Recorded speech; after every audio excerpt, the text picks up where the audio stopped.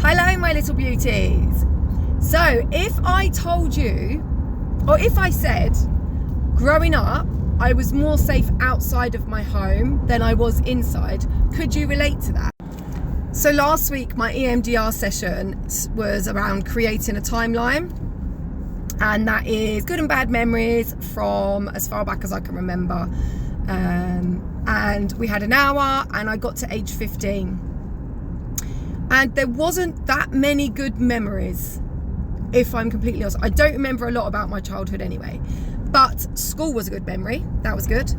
But yeah, what has been happening this week is I have been feeling some anger. And underneath that anger is sadness. So I went for a drive down to see a friend on Tuesday. It was a couple of hours. The kids are in the back, really well behaved, thankfully. I was crying. I had some music on. It's like some nostalgic music from my childhood, and I was crying. And I was like, where is this sadness coming from? Like, what is it about? I felt like I was grieving. And then it dawned on me, I was actually grieving my safety as a child. Now, every time I tell my story, I tell it from a different perspective because I've grown since the last time I've told my story. So getting up to the age of 15, which is where I've got to write in my book, actually, it kind of made me realise how unsafe I was in my childhood home. Obviously, I've known this anyway, but it's just obvious every time we tell the story, it sinks differently. And it just dawned on me like how outside the home I was quite an aggressive person.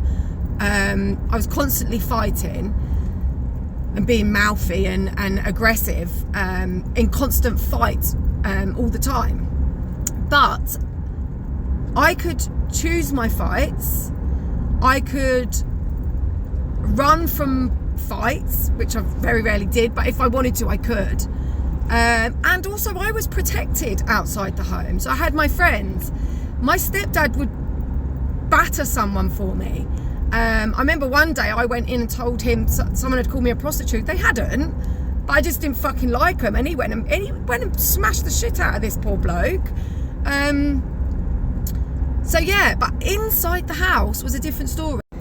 Because the people that were supposed to protect me inside the house were the people that were not treating me very nicely inside the house.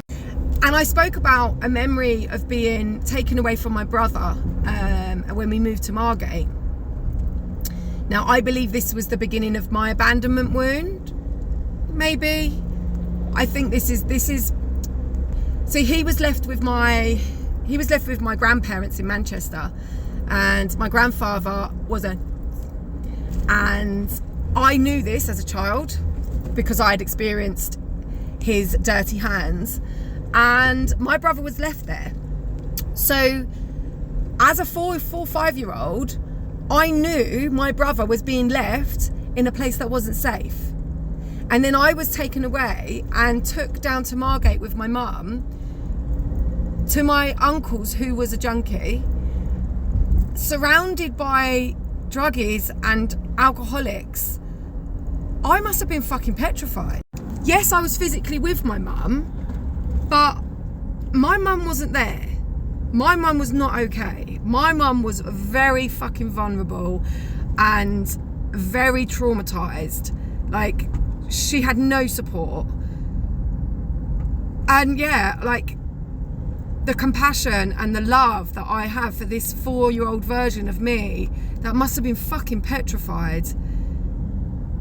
It was just, yeah. So this week I've been grieving for the safety of my childhood. Can you relate? Can anyone else relate to this? And if you're still listening, thank you very much for following my journey. I love you all. I hope you have a lovely day. Bye-bye.